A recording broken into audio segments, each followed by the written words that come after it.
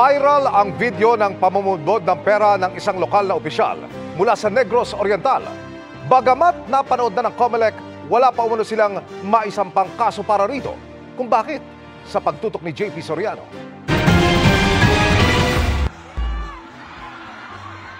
Viral sa Facebook ang video na ito kung saan makikita ang pagpapaulan umano ng pera sa mga nagsisidalo sa isang pagtitipon.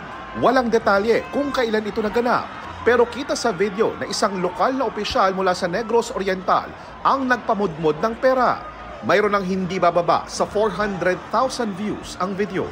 Si COMELEC Chairman George Erwin Garcia may napanood na rin daw na video ng pamimigay ng pera ng isang local aspirant.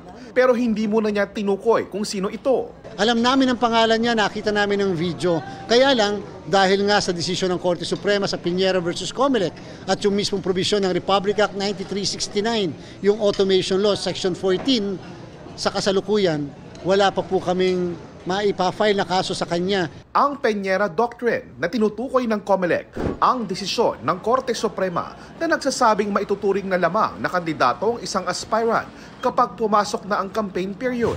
Para sa local candidates, sa susunod na Biyernes, March 28 pa ang simula ng campaign period. Reaksyon naman ng COMELEC sa pamumudmod ng pera ng mga kandidato.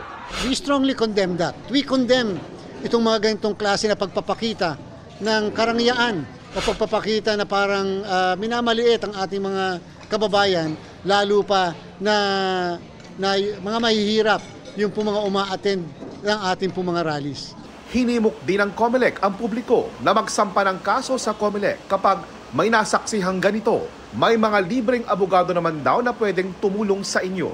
Pagkakataon din daw ito na maidulog muli sa Korte Suprema ang usapi at maamyendahan ang batas. Isa sa mga naisana ng COMELEC, maisabatas na sa filing pa lang ng Certificate of Candidacy. Itinuturing na ang filer bilang isang kandidato. It's very clear that when it comes to the law that says there's no campaign unless you're already a candidate, that needs revisiting by our members of Congress.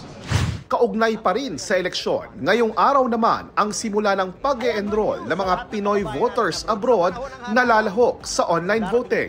Panawagan ng COMELEC sa mga Pilipino, paalalahanan ang mga kaanak nila abroad kaugnay sa enrollment. Para sa GMA Integrated News, JP Soriano, nakatutok 24 oras.